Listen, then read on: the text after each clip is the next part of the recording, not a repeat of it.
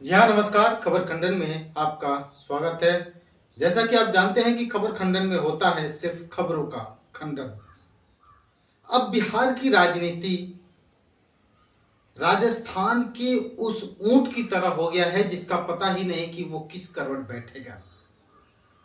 जी हाँ, जिस तरीके से बिहार की राजनीति उलझी हुई नजर आ रही है, उससे कुछ पता ही नहीं चल रहा है कि कौन इस बार मुख्यमंत्री बनेगा।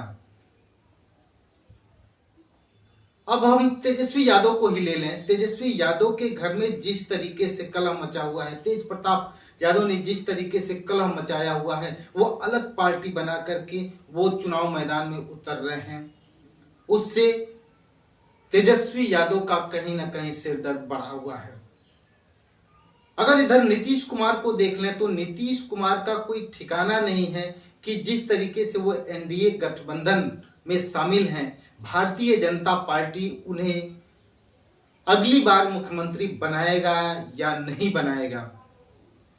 और इसी बीच एनडीए गठबंधन के बीच में चिराग पासवान वो सिरदर्द बनते जा रहे हैं।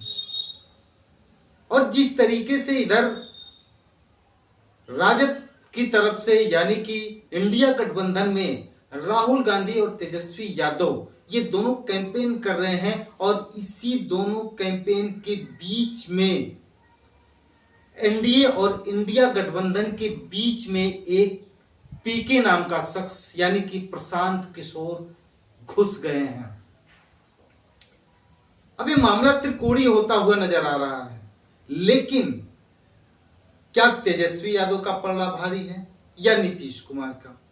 अगर नीतीश कुमार का पलड़ा भारी है तो क्या बीजेपी उन्हें फिर से मुख्यमंत्री बनाएगी? अगर एक सीट कम या बेसी अगर आता है तो निश्चित तौर पर जो पिछला रिकॉर्ड रहा है भारतीय जनता पार्टी का, राजस्थान का, मध्य प्रदेश का, महाराष्ट्र का, दिल्ली का, अभी लेटेस्ट दिल्ली में किसी को कुछ पता ही नहीं कि कौन मुख्यमंत्री बनेगा और कौन सामने आएगा।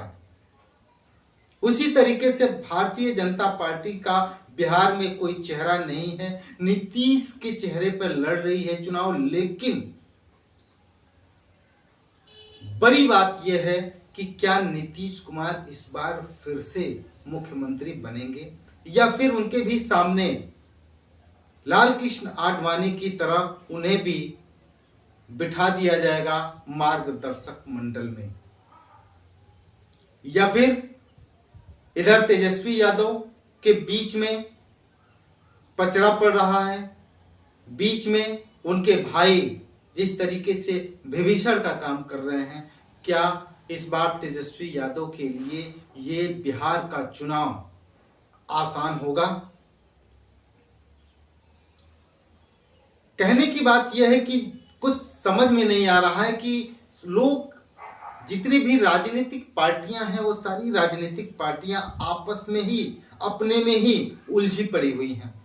इंडिया गठबंधन में जिस तरीके से राहुल गांधी सीट के लिए तेजस्वी यादव को मना रहे हैं, कह रहे हैं, हालांकि कांग्रेस पार्टी का बिहार में कोई बहुत बड़ा समर्थन नहीं है, लेकिन बावजूद इसके राहुल गांधी ने बिहार में जिस तरीके से वोट चोर गद्दी छोड़ का जो नारा लगाया और जो रैली निकाली, जो पदयात्रा किया, वो कहीं ना कहीं राहुल गांधी को गदगद कर रही है। अब बात यह आती है कि चुनाव आयोग कितनी निष्पक्षता के साथ बिहार में चुनाव कराता है, और जितने भी राजनीतिक पार्टियां हैं सभी उलझी हुई, जितनी ये सुलझी हुई पार्टियां हैं उतनी इस बार बिहार में उलझी हुई नजर आ रही हैं।